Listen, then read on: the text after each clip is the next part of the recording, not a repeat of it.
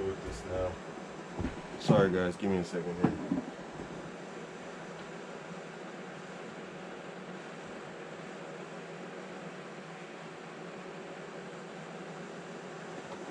Why am I not online?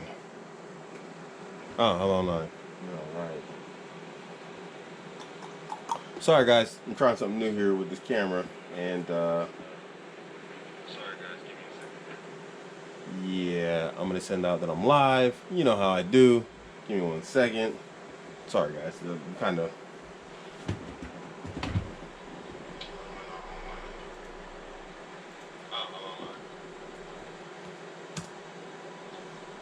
Sorry guys, I'm trying something new here with this camera, and sorry guys.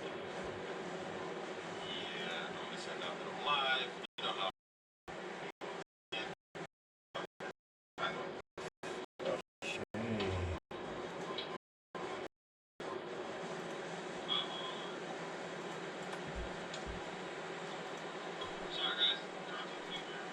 Let me turn this thing down. It's like making all sorts of noise. Holy smokes. Okay, jeez. Sorry guys, I got a new camera and figuring it all out, making it work, turned into quite a mission, so give me a second here.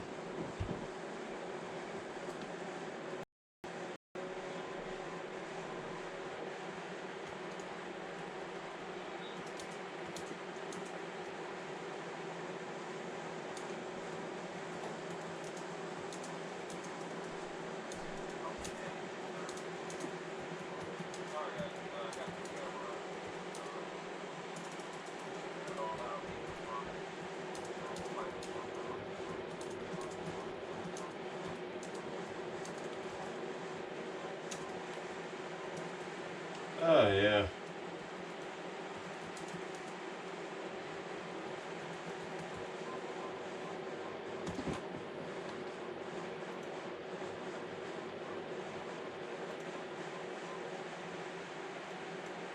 I just need to find the live chat now. Where's the live chat?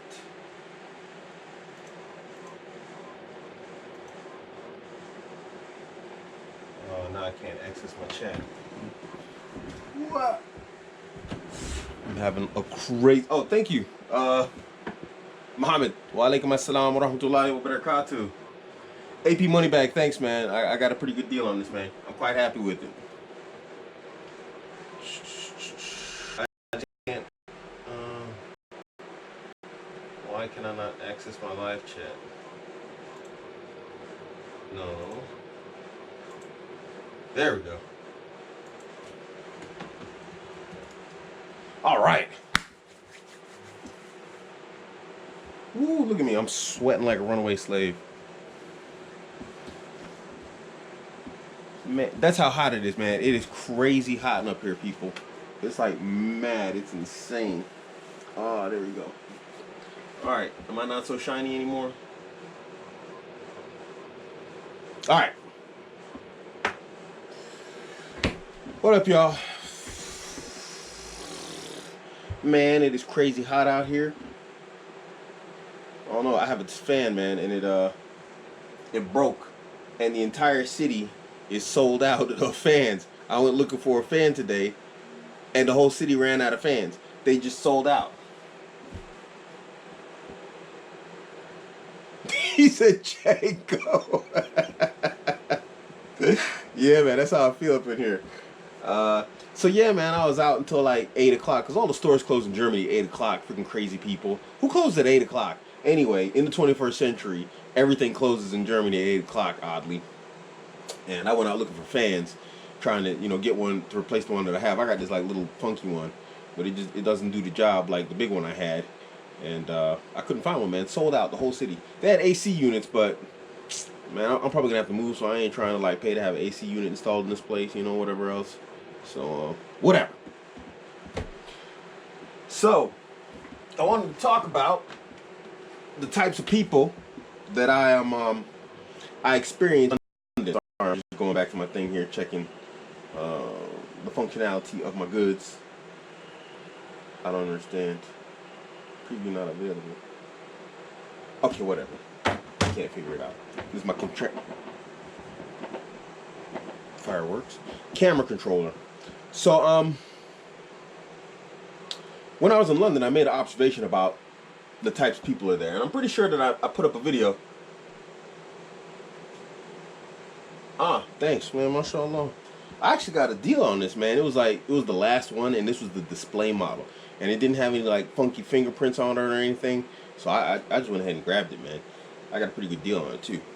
It is a nice chair, though. It's very comfortable. Mashallah. I don't know about her feet. So anyway, when I was in London, I made some observations about the types of people in London, and maybe some Brits who are actually living in London or who have been there frequently can actually confirm or say that my observations are incorrect. But this is what I came across in general. We were talking about people, and what happened was actually women, and I put that video up already when I was talking about how women love London and whatnot. That was my last video. It was women who actually brought me to the conclusion about the different types of people. It was just one thing cascaded over into another. I started just analyzing people mentally, like, the types of people in London. So let's get into this. What's up, my niggas? Sosa? Shoddy? Anyway, what's up, my niggas? Anywho,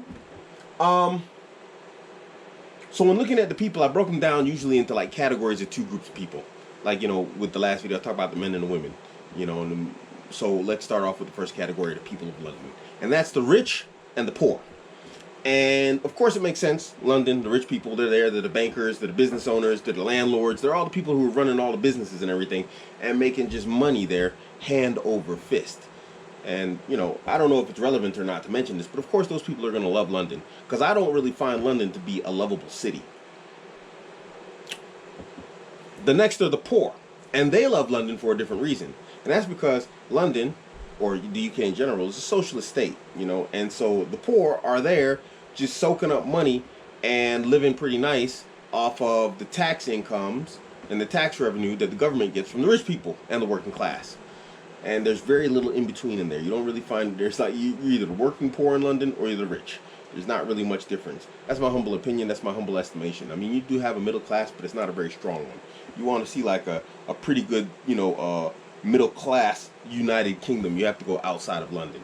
But inside of London, it's really extreme. You got people who are either struggling, there's a group who are doing okay, and then you got like just the funky rich people.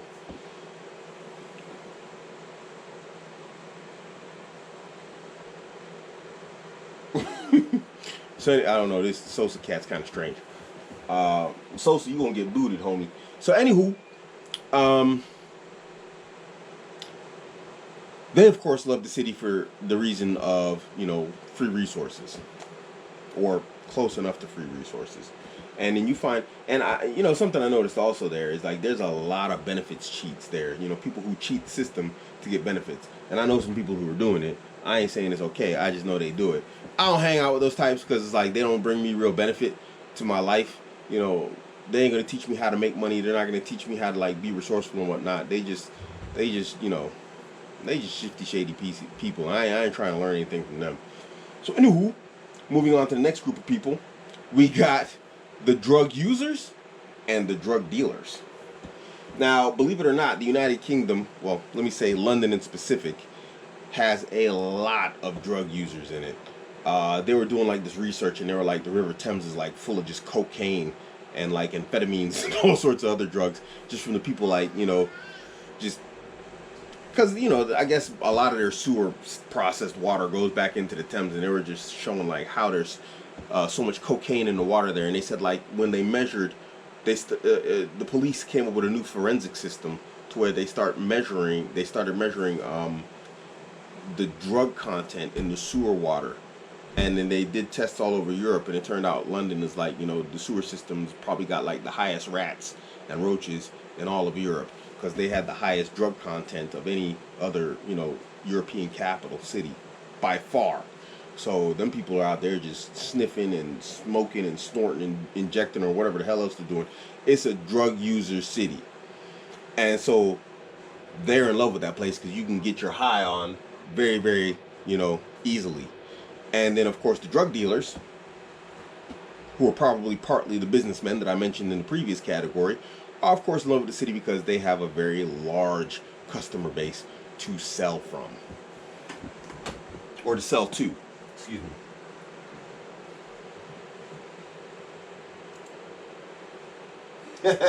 Abu 451. There's a middle class brother. I just think you went to the crap parts of East London. Yeah, East London is kind of hood. But you know, have you ever checked Airbnb? I'm talking to Abu 451. Have you ever? I mean, maybe you're in London, and so it's a different experience for you because you probably live there. But if you're visiting London and you're looking for an Airbnb, there's only Airbnb in like parts of Central London and East London, or maybe it's just the price range I put in because I'm not trying to drop like, you know, a G for 8 days, you know, because I could have stayed in the hotel for like £1,080 for the 8 days I was there, and I ain't trying to drop no G, you know, just to go stay in London. You know, I got me a half decent Airbnb. It wasn't even half decent. Let me stop lying. I got an Airbnb for like 200 and something pounds. I think it was like £218 for like the 8 days, man. That's like nothing, bro. You know, so I'm not trying to drop £1,000 plus for, you know, an 8-day stay in London. It's just not happening, man. You know, it's just, I don't love that place that much. You know, I don't have a love affair with London. Sorry. So you know, maybe if I'd increased my price range, I'd have found places in West London, Central London. Obviously, is going to be a little bit more expensive, but yeah, you didn't see it out there. What was I saying? The drug dealers. Yes. So the drug dealers, you know, those guys are making their money. They're probably partially the business guys, if you want to include them as businessmen, you know, who are in love with London because they have a very large client base there, you know, where they can sell their drugs. And when I was walking around, actually, I tried to film this video in London like 8 times. It was ridiculous. I'm not even joking. I like filmed this video like 8 times in London. And I was walking around, and I don't know if you guys ever seen them little like CO2 compressor bottles, the little silver ones. You can plug them into like little CO2 devices. Them things are everywhere where I was walking. Them kids, they like huff that stuff, you know, and they get high from it. It's like some cheap high. I don't even know how that makes you high, but apparently it's a thing. You can see them riding around on their bicycles like huffing stuff, looking for somebody to stab or whatever they do, or throw acid on them, because you know how London is. You know, that place is a mess. So anyway, you know, you see them things everywhere. Drug use, and you know, looking for an artificial real. Is there an artificial high?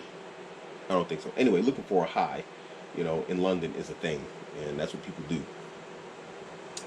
I'm not saying everybody does it, but that's what they do. What else was there? There was the residents and the tourists. Let me check the comments first.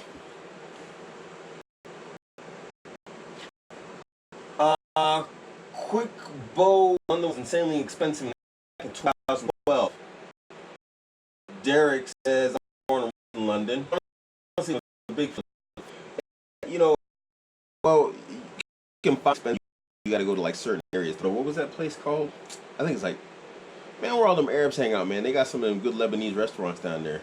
I can't remember the name of the area, but they got pretty good Lebanese restaurants out there, and they got some good like mixed grill and whatnot. But man, it's just mad crazy expensive. Why would you not move to London, Derek? Derek, man, I would move to London because y'all got a lot going on out there, bro. I mean, y'all just be like stabbing each other like left and right, and like, you know, there was a shooting in East London the last time I was, like a few days just before I got there. You know, acid attacks. It's just a hot mess, man. The cops show up to your door because of funky tweets, but then you got criminals running around on scooters, you know, robbing people, and the cops can't, like, you know, knock them off their bikes on the car. Y'all got some strange stuff going on out there, man. I'm not really a fan of all that, like, you know. I ain't crapping on your city, bro. It's just the Sosa says Manchester is better. Derek, it's called laughing gas. Ah, okay, laughing gas. I don't know. I seen them little canisters everywhere, man. It was crazy, dude. Knightsbridge is the area. Edgware Road. Yeah, Edgware Road, man. That's it. Edgware Road. That's the place. So anyway, what was I talking about? The residents and the tourists. Now the tourists, of course, going to be in love with London because, hey, it's London, you know. I visited London. Oh my gosh, you know, Tower Bridge, all that, you know, hoo-da-ha-ha, you know, and of course they're gonna love the place. And you have residents. Now the residents are a mixed bags of people, and this is actually what brought me to this like whole the types of people of London type thing, you know, because I was looking at like actually brothers and sisters there, in specific Muslims, but it actually expanded it further to Muslims and non-Muslims. And what I found is that the vast majority of men who are not from there do not want to remain there. And the brothers that I met that are from there, the vast majority, not all, but the vast majority want to leave there. But the women, I didn't find any that wanted to leave. There's a few that are exception, but I never like asked them directly, because I started just asking random people on the street, are you a tourist here? No. Do you want to stay here? Yes or no? And it was just like, anybody who wasn't a tourist told me, and they were a woman, they said they wanted to stay. And the men were vast, if they weren't a resident, if they were like, Polish, or if they were like, some brothers or whatnot that were there, they were like, no, I want to get out of here, man. I want to make hijra and whatnot. And it was just like the craziest thing. So the residents, generally, you find that, what I find is, after talking to some of them, not many of them, but, so this is maybe not so accurate, because I didn't get like a widespread of people to talk to on this. But I think what it is if you find a resident that's from London, that likes London, they're invested in London. Do you see what I mean? They're invested in that place because it's difficult to leave. And if you can't leave, and if you don't have options, then you start to make your lack of options into a virtue. Now, this isn't an insult, because I got brothers there that fit into this category, and I got love for those brothers. But it's a reality that most of the time when you have an inability, you find ways to justify that inability and make it into a virtue. And so the easiest way to make that inability to leave London because of income, shortages or whatnot, because it takes money to leave one place and go to another. And I know, because I visited 44 countries and I lived in 6 different ones, it takes significant amounts of resources to change cities and countries. And so I think what happens is those brothers who can't leave, or some of them women who can't leave, they've made their prison into a virtue. You see what I'm saying? A gilded cage, I believe it is called. Yeah.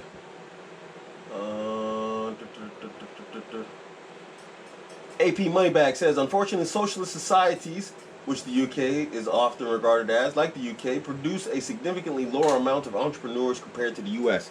Yeah, man, you got to be hungry. There's a video that you could still see on YouTube. It's called Human Resources. It's a long video. It's hard to find, but if you look, it's like an hour, 2 hours or something like this. It's called Human Resources, and watch it. And in the beginning, it just starts off, there's just like, it's like an intro, just showing like experiments that like a lot of guys of the past used to do. Pavlov and a few others. That guy who did the Great Mouse Utopia experiment.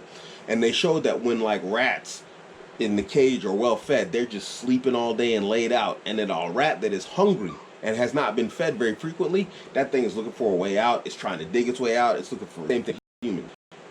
Fat and happy is a way of life, man. And once a person gets fat and happy and they get comfortable, they don't become resourceful. They don't look for like new ways. I think there's a video made about this. Who Moved My Cheese? I think I saw part of it. Some cartoon video or something. So people are no different in this regard, in my humble opinion. You wanna make a person complacent. Open the doors of the dunya, open the doors of the world to them. They'll become complacent and lazy.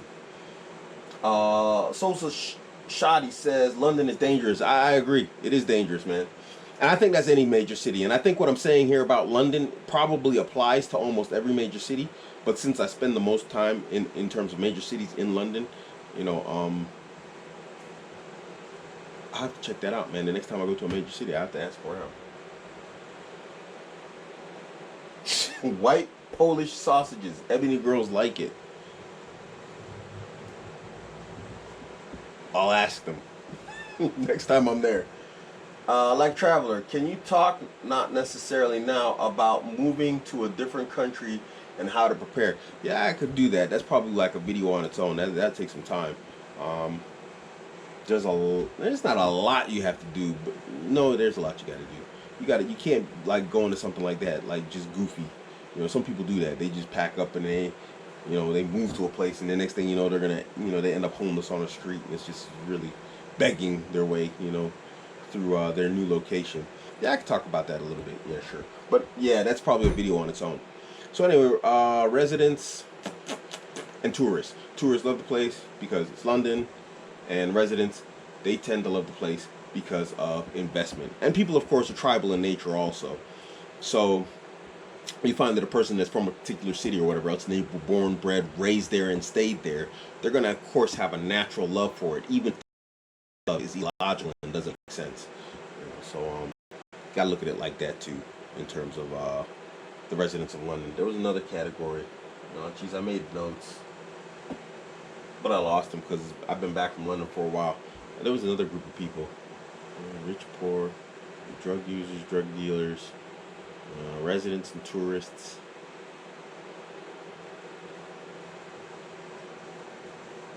I forgot. Oh well. Ugh. What? Sosa says, I've heard Asians serve you with rat meat instead of chicken. Hey, man, I hope not. Did I eat in Asian restaurants when I was there? No, I didn't. Whew. Okay. I stuck to the chicken shops, man. Generally, or I ate at brothers' houses. Brothers took care of me this trip. But I will say this about rats. I was in Olympic Park, and I was going to do some drone footage in Olympic Park, and there were so many rats like next to the river. Between the river, it's like the river, and then like a walk path, and then like this big patch of grass, and then where I was standing right next to Olympic Park. Right in Olympic Park, what's the name of that big stadium in there? There's that big funky red slide thing. Anyway, I was trying to drone that. It's a no-fly zone. And man, there were so many rats in the bushes, man, making all sorts of noise. I was freaking out because they was like everywhere. And we talking like some big fat suckers, dude. They looked very meaty. They were eating well, whatever they were eating. Them things was like in the bushes making noise. I was like, I don't know if they was fighting or whatever it was, man. It was freaking me out because there was a lot of them. I was like, if these niggas come out of here, with like knives and acid, I'm in trouble because there's too many. There was like a hard rock crew up in them bushes, man. Yeah. He said rat meat instead of chicken. Hey, man, I stuck to like the chicken leg. I don't think you could fake that. Anyway, I think I can't remember that there was another category of people of London, man. I just can't remember it anymore. I got this headache from like this heat today, man. And I went to the gym this morning and I'm dehydrated. What was this other category? Whatever. London this past trip, man, was kind of a trip. I experienced a lot of crazy stuff there. Some of it was fun. Like, I was in Canary Wharf and I was doing some photos. Some drone photos. I'll just talk about this now since I ran out of categories. And if you want to ask me something, go ahead and ask me. I've been on live with you for a minute. I kind of miss this stuff back and forth and whatnot, the banter. I don't know how much battery I got left here. I got 50%. So I'm in Canary Wharf flying, man. And, man, I don't know what it is, man. Why black people always got to snitch on each other, man? It's crazy. So this brother, African brother, he sees me take off the drone. He sees me take off. And then he's like, oh, looking all. You can see, I was like, oh, this nigga gonna snitch. And then he runs off. I was like, he gonna snitch. So I'm up in the air, and the security guard comes by, and he's looking, and he's like walking around, and you can tell he's looking for someone for the drone. And I got my controller sort of like hidden. And so he walks off, and I get my photos done and whatnot. They're up on my Instagram, my drone Instagram. And I'm trying to get out of there. So I start landing the drone, and that same African dude, he sees me and he starts waving over the security guard. Man, I'm like, this nigga's done like called the guard over here. So the guard comes over, is like, he a big fat dude too. And he's like, you can't fly here, this, that, the other. This was actually a cool brother. He was like, you could tell he was born and raised black Londoner. He was a security guard, but he was a big fat dude and he was old. And he was like, oh, you can't fly here. The buildings in the area is copyrighted. They don't like anyone with photography or whatever. And I was like, hey, man, I said, look at that dude over there. This dude had this tripod with like super zoom lenses or whatever else, could spy on your girl and naked in her bathroom halfway across London. And homies, I'm like, dude, what? This dude got like crazy equipment. I got like a standard drone here and whatnot. I was like, come on, man. What you talking about? And so we going back and forth. I'm packing all my stuff. So yeah, I'm just a tourist in town. So I don't know, said I get everything in my backpack because I got like a Smart Tree backpack for my drone. And I'm just like, yeah, we're having a regular conversation. I get my backpack on. He should have known something was up. He's like, yeah, well, we're gonna have to take your information, write down your name, this, that, the other, because you're not allowed to fly here. And I clip the backpack closed, and I'm like, yeah, you can need my name? I said, okay, I am. I was like, bam, I dipped up some steps. I was like, I know this fat dude ain't got no cardio. He didn't even try and chase me. I was just going, I was like, and I ran up like down this like up some stairs, then around the corner, then down like some parkway thing, and then up to a DLR station which was closed. So I had to like go across the other side and go down and dip out through the river, and I caught the underground, the Canary Wharf underground. But I lost, dude. He looked like a cop too, because they got them funky cop looking suits down there in Canary Wharf. But that was fun. That's why I actually got this camera, this GoPro, so I can start recording stuff like that, because that was hilarious. You should have heard him. Hey, oi, oi. I was like, he probably lost his breath. He lost all his cardio yelling. That was fun. Let me see what it says. Shilling 05 says, seems like Birmingham has the most active community. Unobstructed. Initial impressions, I'd agree. I'm down with them Rice Street brothers. I'm down in terms of those are my brothers in terms of who I take knowledge from, Islamically. They are Salafis. Rice Street brothers. Anybody doesn't know who I'm talking about, because they split the city up into like Wright Street and what is it, like Green Street or something like this, or Green Lane. Yeah, Green Lane Masjid and Wright Street. I don't mess with them Green Lane brothers. I'm up there with them Wright Street brothers at Salafi Publications. That's why I mess with them brothers Abu Hakim, Abu Khadija, and all the other brothers out there like that. Abu Iyad, them my homies. So, if you like Muhammad Hijab and all them cats, you probably ain't gonna like me. I'm just saying. Those are my homies. Yes. Probably Salafi in the West, probably so like terrible, business or whatever else. Ain't nothing going on out there. It's just like a dead zone. AP Moneybag, Andrew Carnegie said that the best thing that can happen to a person is to be born in poverty. It would seem so, man. Like a lot of these people that you see who came up from nothing, came and became something. They came from like poverty, man. They hated, they hated that life. I think it works two ways, it depends on the individual. It can like break some people down and just keep them down, and other people, they just, their resilience comes out of it. It depends on who and what you are, what you're made out of, I suppose, or what you make out of your situation. You said that London is ripe for polygyny and brothers are slacking. Can you elaborate? Yeah, actually, Muhammad Khan, I'm actually recording this as a video series. I can't let that one go for free, man, because this was some good stuff. I made some very, very good and solid field research while there. And man, that place is just, I can't let that one go for free, so it's going to be actually a paid course. I'll give you guys like, my field research, what you can do and how you can do it, the things to look out for as to whether or not you're getting true interest or artificial interest. Bros, I'll go into a little bit, but I'll just say this, man. London being the thirsty city it is, that's my last video. Yeah, last video, London, the thirsty city. London being the thirsty city it is, man, it's very, very easy, to end up in polygynous situations. I literally met this sister, an Asian sister, and she's changed her stance on polygyny, after meeting her. It's very, very easy to do, and she was adamant about, like, I'm not going into polygyny, and I got her to change her mind in, like, days, man, like, days. I was there 8 days, so you can imagine, like, 2-3 days, I got her to change her mind. It's very easy, because women are all thirsty in London, just like the dudes are. And if you play your cards right, and you figure out the thirst game, then when you start providing, like, the proper amount or the proper type of deference that they're looking for, bro, it's ridiculous how easy it is, man. It is, oh my gosh. Bro, you should be able to throw a rock and hit 4 sisters, bro. I said it myself. I said it on Twitter. It's like, it's not shooting fish in a barrel. It's like shooting a full-grown bass in a rice bowl. It's really that simple. I think because you're like, a lot of you brothers in London are like actually in the mix, you don't see it. And then when someone comes from the outside as an outside observer, and you're like, yo, and it's just odd because I've been to London so much, and I was like, why did I miss this before?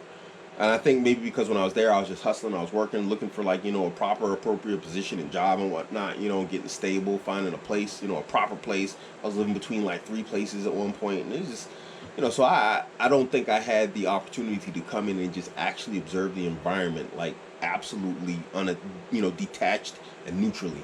And this time I got to do that, and it was just like, wow. And dudes, I was just out there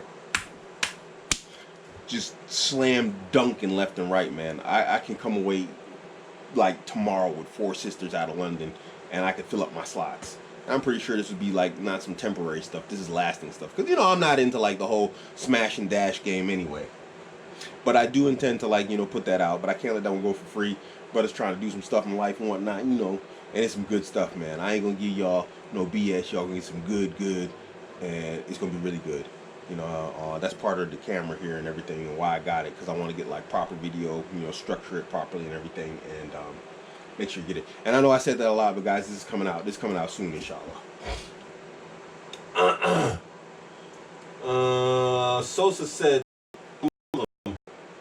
"Have you heard about Bradford or Birmingham?" Yeah, Sosa, I'm Muslim, man. I think I'm surprised you must be new here, Sosa. Yeah, I'm Muslim, man. Yeah, I heard about Birmingham, Bradford. I don't know nothing about Bradford.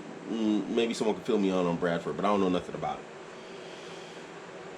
Muhammad Khan, go to my website and sign up on my email list there on my website. The last time, if you sign up for the email list over Gumroad, I no longer have access to that email list. It's gone, and like a lot of people signed up on that. So go to my website abuamerican.com, sign up on the email list there, and when it's about to come out, I'm gonna drop it there. I'll drop emails, you know, what do you call it, those mass email to everybody letting you guys know where, when, how much, and all that stuff. It's not going to be overly expensive. Don't worry about it. It's not going to be like $4.99, you know, today and $1,000 next month. It's not going to be like that.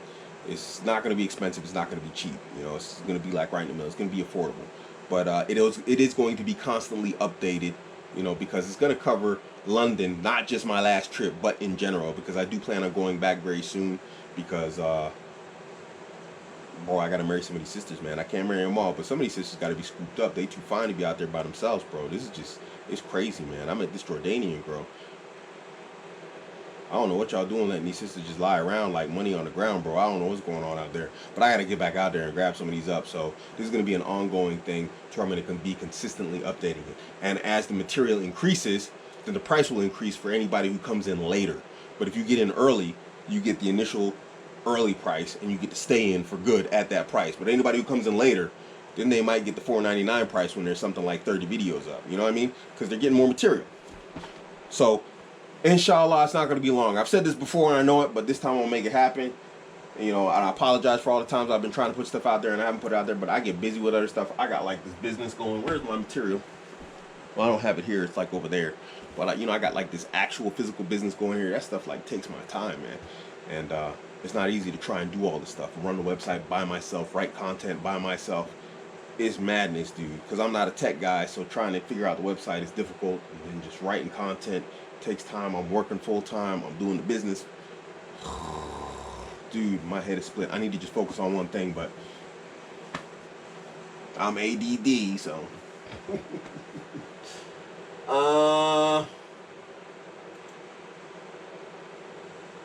Rolex says a Muslim girl posts selfie on the net, be it Twitter, whatever. The point is, on the net, someone out there takes the pic and uploads it. Muslim sluts page, Reddit. Whose fault? It's her fault. Ain't nobody else's fault but hers.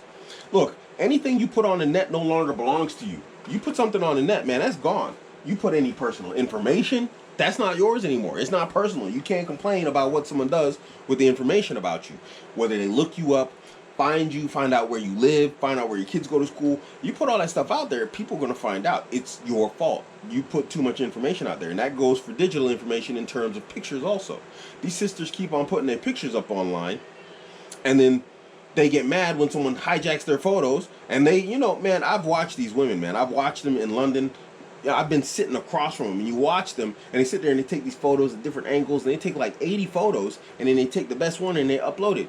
Yeah, of course. So now you look perfect, even though you don't look perfect, but in your picture you look perfect, and you put it online, and then someone sees like, ooh, she's hot. And what do you think's gonna happen? Someone's gonna save it. Someone's gonna fap to it. Someone's gonna put it somewhere else so someone else can fap to it, and he can charge for it, whatever else. It's their fault, man. You know. Why are they acting like the world is a safe space? The world ain't no safe space, man. It's like, it's still like straight savagery out there. And they putting their own business, their own faces out there on the net for everybody to see and do with whatever they want with their photos. It's their own fault, man. It's nobody's fault but their own.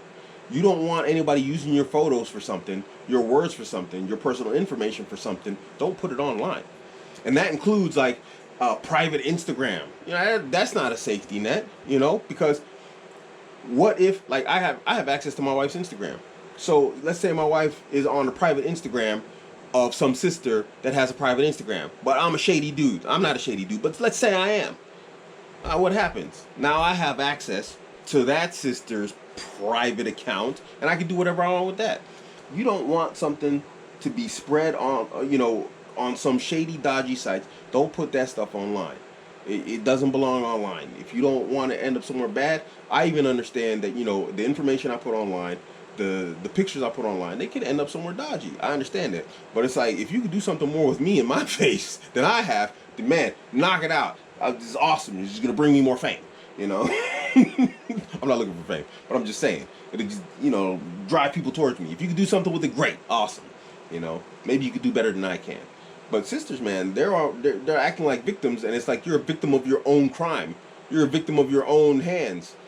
They need to stop crying, man. They're not supposed to be doing that anyway. It's a type of tabarruj. It's a type of like, I don't know why they're complaining, man. It don't make any sense. It's their own fault.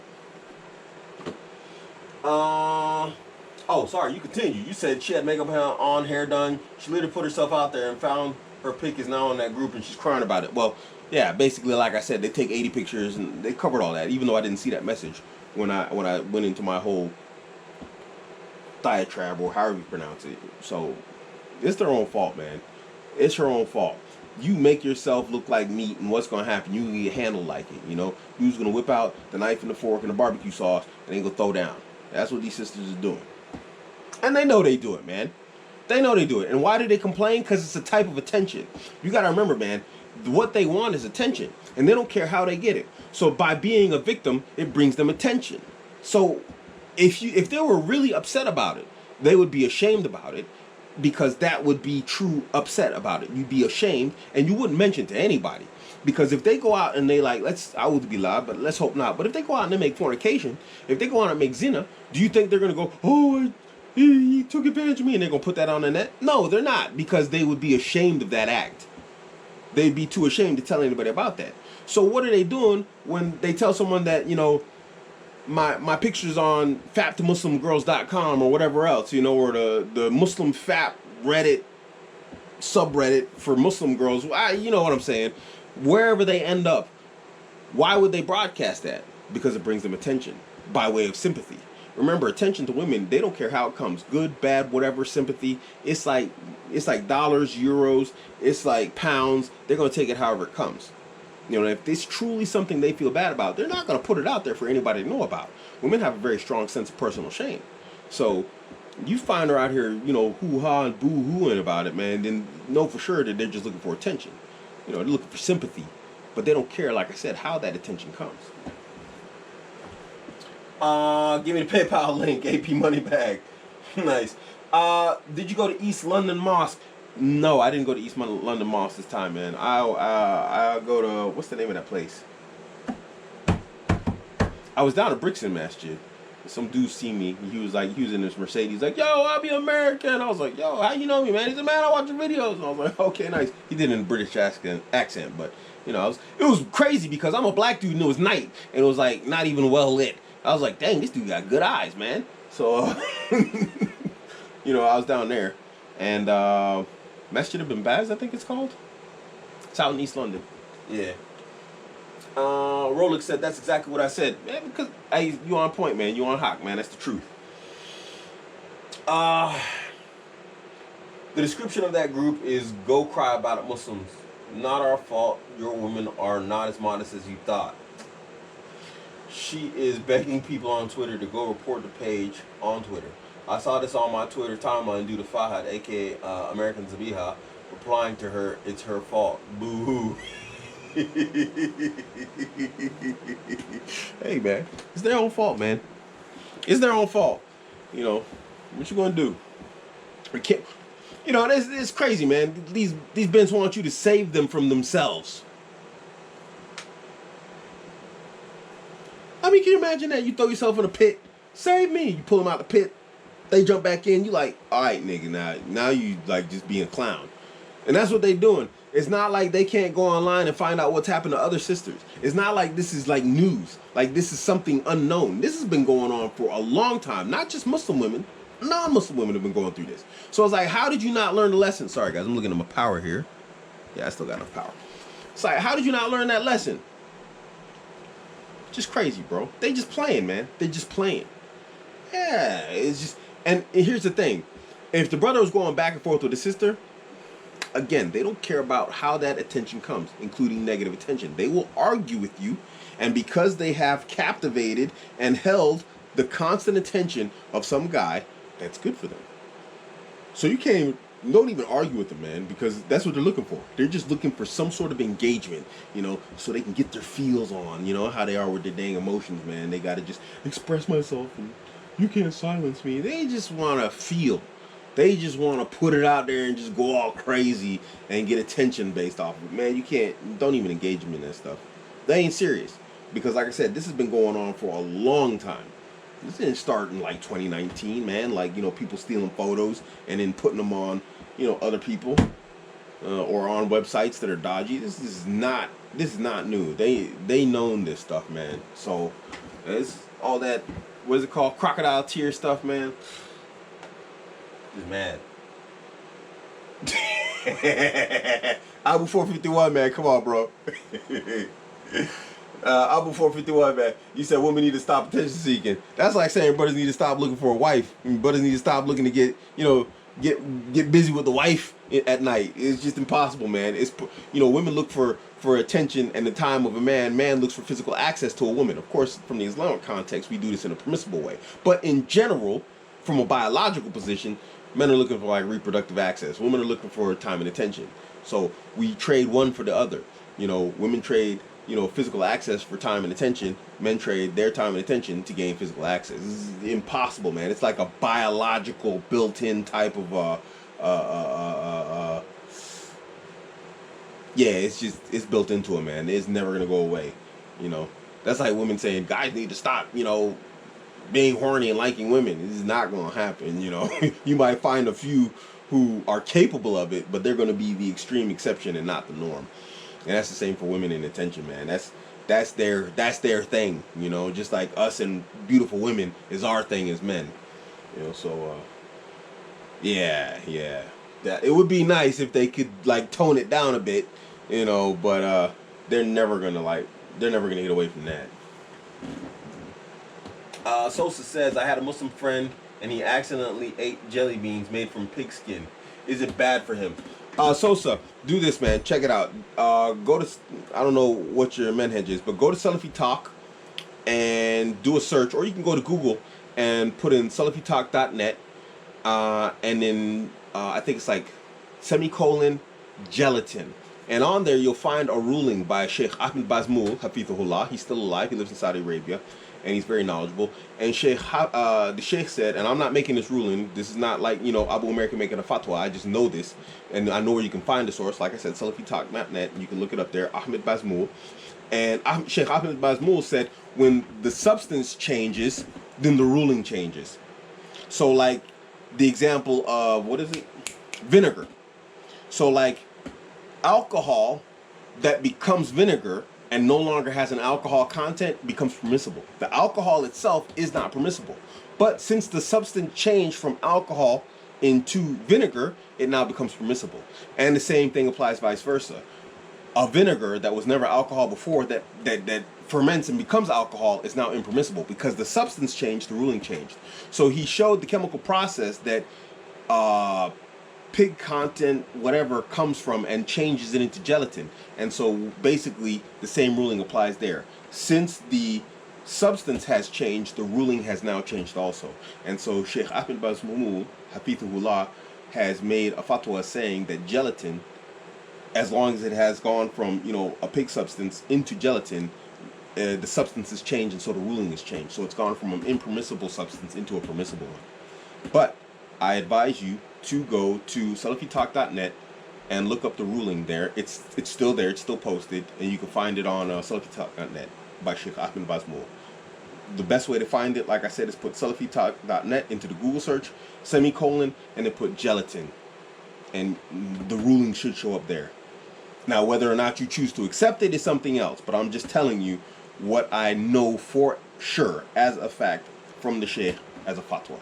You can check it out there. So, according to what I understand from the statement of the Sheikh, meaning Abuamerican is not making a fatwa, but what I understand from the ruling of the Sheikh, he hasn't done anything impermissible. Because the pig skin is no longer pig skin, it's gelatin. It's gone through a change, and so the ruling has changed. Wa Allahu ta'ala alam. Rolex Maximus. Business idea. Issuing visas for Umrah, Hajj, etc. is one business in the world that will never run out. You know, absolutely, man. But how do you do that, man? I wouldn't even know how to do that. You got to have some sort of connection in Saudi for that, man. How do you do that? That's a good idea, bro. I mean, there's like, how many billion Muslims in the world? Like 2 billion or something? Like 1.9 billion Muslims in the world? Bro, that's business right there. And they're killing it too, man. You should see how much it costs to go from Qatar, like 16,000 or 32,000 reals or some crazy stuff to go from Qatar to Saudi Arabia. You could drive across the border in less than 2 hours. I'm like, how are you charging this much money? Dude, what they charge for Hajj, man, Allahu Alam, man. I don't even know if that's permissible, bro. No, I'm just playing. But I'm just saying, that's like crazy the amounts of money they charge.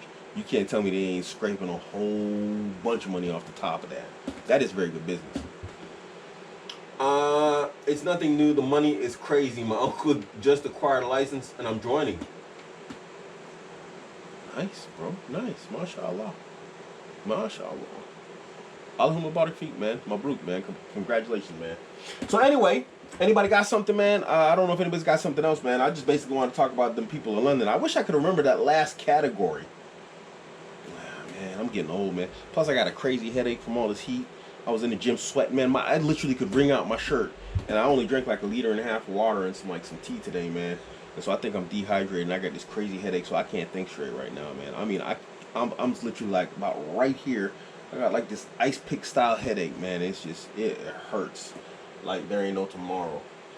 So man, the quality on this camera ain't bad, mashallah. Man, what the hell? See? I'm gonna have to do something about that. That's ghetto, man. I can't have that. I like actually wallpapered most of the house, and then when I found out, cause I've only been here, I haven't been here very long. When I found out that my landlord like lost the house, goofball, they like had some debt, and the government acquired the debt from one of the siblings, because it's like 3 siblings own this place, and so I was renovating it room by room. And when I found out the government acquired the debt of one of the siblings, and then they came and it was like they're gonna auction this house, and so I'm gonna have to move. I was like, man, I ain't doing another thing. I ain't lifting another finger in this place. So I ain't even gonna fix that, man. I'll put some like oohoo glue on it, and like so they're hanging off the wall all crazy. But this lens is like wide angle, and it's like normally you wouldn't see that. Yeah, it's ghetto. I might have to do something about that. Yeah, I got a new camera, man. I just got it. Like I said, it's for my drone stuff actually, because that was hilarious, man, when I ran from that security guard dude. And I was like, and my Smart Tree backpack has got like a GoPro connector on it. So I figured I'd go ahead and get like a GoPro connector. And I got the Hero 7 Black. And so when like something like that happens again, because I'm coming back to London, I'm flying for sure. I'm just going to record all this stuff, man, because I had some crazy situations while flying, man. I could tell you stories. People are really freaked out about drones. And so you'd be surprised at how many people come up to you when you're flying in London and like just like really lose they crap. It's hilarious. So I decided I was going to start recording all these interactions with people, you know, that I'm having while flying, because some of it's funny, especially running from security guards in Canary Wharf. Yeah. All right, guys. How long we been on here? I don't even know. Oh, it ain't that long, like 50 minutes. But I'm just running out of stuff now. I'm just ranting, man. I just like, get a chance, chill with you guys and holler and chop it up. I ain't done it in a minute, so it's always good to see some people and just chop it up with cats. If nobody has anything else, then I'm gonna call this quits. And yeah.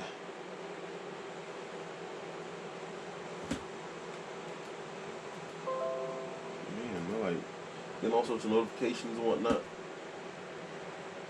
Alright then. Alright guys. I'll try and drop more videos. I think this whole physical business thing, we're about to rearrange it, so I'm gonna probably have more free time, because I got like a whole slew of products here, and it's just like some of them ain't doing well, so I'm gonna send all that product back to France, and I'm gonna like get the product that's doing well here. and so I don't have to worry about like marketing and like pushing like products that aren't doing well, and like really working hard to try and move them. It's just, it's a waste of time, and the more time you spend on something and you're not making money off of it, I consider that to be a loss of money, because you're exerting yourself and your time into something that's not producing results. So we got products that go well and others that don't, and so those that don't, I'm like cutting those off of like the European/German market, and I'm gonna just stick to the ones that are doing well. So I should have some time that's freed up, because those things, they're like reoccurring on its own. It's just you sleep in it, it does work on its own for you. So yeah, bro, for sure. That's a major priority, man. The course. Talking to Schilling, yeah, that's a major priority for me, man. I need to get on my own 100%. I just want to do this sales thing and this Abuamerican thing, and I'm trying not to do anything else very soon, inshallah. But anyway, so that's gonna free up a bunch of my time. That's gonna be taken care of on the weekend of 12th, inshallah, of next month, because every weekend for me is booked out right now. So yeah, I'm gonna get back on this Abuamerican thing. All right, my brothers. AP money bag. I don't know about that. What is that? There will come a time when no one will be making Hajj or Umrah. I don't know about that, but maybe you can tell me about that. If you're on Twitter, man, drop it to me on a private message, man. I've never seen anything about that, so maybe you can drop that to me. That's some new ilm, some new knowledge that I don't have, and I'd really like to see it. But anyway, guys, it's your man Abuamerican. Just catch me over on Abuamerican.com. All of my social media sites are on there, so when you see like the social media, the Twitter bird, the YouTube, whatever else, Facebook, you can actually click that link and actually go straight to my social media there. So I ain't talking about catch me on Instagram, Twitter, Facebook anymore. You can catch it all over there at Abuamerican.com. You can catch me on the live chat there. The live chat goes directly to my phone, so if you want to talk to me real time, you can catch me on the live chat there, and we can chop it up. You got anything? Alright, guys, catch me on Abuamerican.com. Catch me on Twitter. You guys have a good night and a good weekend. Sosa, how to make money, any advice? Man, you know what, Sosa, I'm still learning this stuff myself, man. I learned a lot of stuff in life, but this whole, like, make the money thing, this is something I actually picked up from Twitter, so I'm still learning myself. I wish I could help you with that. There's probably guys that are probably more experienced and better at that than me, so I'm fresh in the game, bro. I can teach you about working hard and like moving up in normie world. I'm really good at that, like getting jobs and then shooting up the ladder real fast. Entering about like middle management and then shooting up the ladder. But in terms of like freestyle money making, that's something that's very new to me, and I'm hoping inshallah within like about a 2-year time frame, because I only started like this year, but I'm hoping within like a 2 to 3 year time frame I'll be able to figure this out myself also and make things happen, because I ain't a stupid dude. But just jumping in the water, it's always a little bit more difficult than when you can't swim. You know how it is when you first learn how to swim. Anyway, I was gonna close this out, man. Abuamerican.com. I'm out, brothers.